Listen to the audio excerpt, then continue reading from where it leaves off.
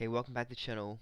So in this I want to explain that DLE, even if it becomes done in scale, it's still not going to compete or thrash hard rock mining.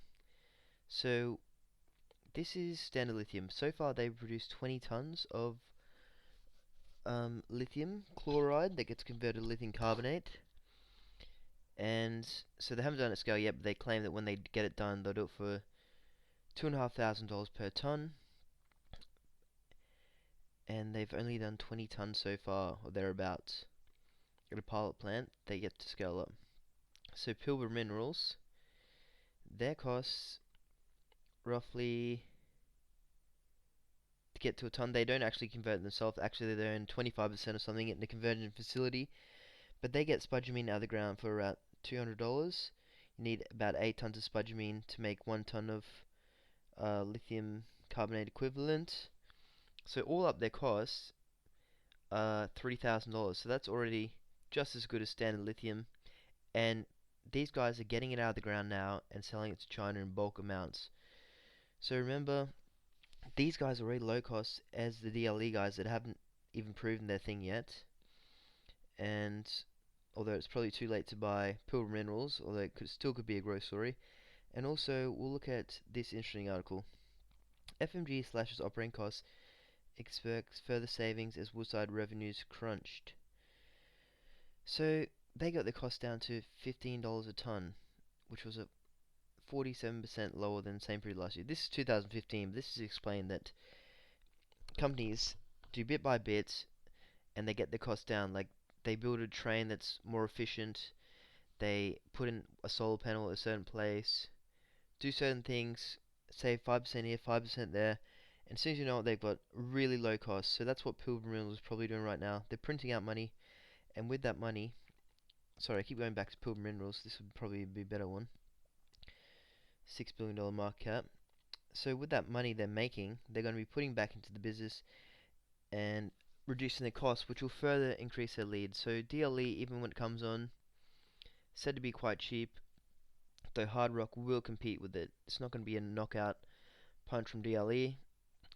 DLE seems to be favored in environmentals, such as small footprint, if it works. If it works yet. So no one's done it at a huge scale as yet. Pilbara is doing a huge scale. Although I like to buy small companies and see them grow. This is a big company.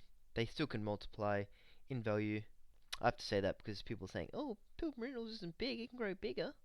Well, yes, you're correct, but it's not a really tiny company that can pop up like my little gem here, GL1. So there's Pilbara Minerals here, Pilganguru project, and also in terms of environmental studies too, they're building a solar plant now, which is going to save like 4 million liters of diesel a year. So these guys can do stuff to go environmentally friendly too with the money they're making. So these guys here, 300 million ton resource, already built the thing, already pumping out, getting out of the ground, sending it to China and Korea, where they have their own conversion plant or 25% ownership in it. Why not? And here's this one, 10 million ton inferred so far, but they will drill and drill, and CATL, the biggest battery company in the world, has bought $10 million or thereabouts into this company. So I think if this company needs money in the future, CATL will just simply bank transfer it across to do any drilling that they need, because CATL wants that stuff in the ground at a good price, so they're happy to help them out. So also we'll add like different resources will have different things in them. So this guy's saying, I know he might be biased, but he's saying he likes Pilbara Minerals, Wagina, which is, go back to here, it's owned by Mineral Resources. It's another top 5 biggest hard rock mine in the world. And then we go back to that article.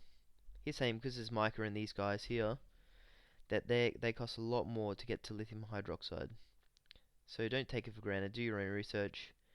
But he's saying these guys cost more to get to lithium hydroxide to do with this mica in there that they have to get out. It costs a certain amount to get it out of there. but it seems that Pilbara Minerals is quite low, and you think that Marble Bar, owned by GL1, once it gets there, will maybe have no mica in there. I don't know. They're doing their test work now, see what it's like. They're drilling, doing test work. PFS will come down later than track, but they're quite low market cap now. I said they were quite low market cap before, and they were only half the price. So there still is risk in there, but it seems like a good company for the future. Global Lithium. I might get some shirts made, Global Lithium. Just wear them around. Why not? Okay, so that's it from me. So remember, DLE, it's not gonna knock out these other guys. It is probably good if it works. Though, hydroxide from hard rock mining is good. So, I think brines have 400 parts per million in percent. So, like, a third of a percent or a fourth of a percent. And these hard rock mines contain like 1% lithium.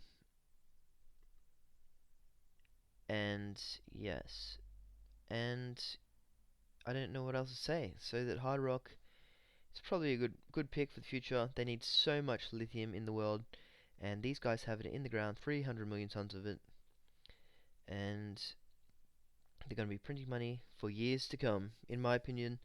And if this guy Ken Brinston can do bit by bit to just get them lower cost, he'll defend off any other companies that might try and get in their road. And then also in the bigger thing of things, lithium ion batteries, they're leading the way, and for anyone to take out lithium ion batteries, they're going to need a hell of an army, because they're already made all these factories, and they'll make lithium ion batteries cheaper. And it seems automobiles will just be lithium ion batteries. They're already good enough, got the range.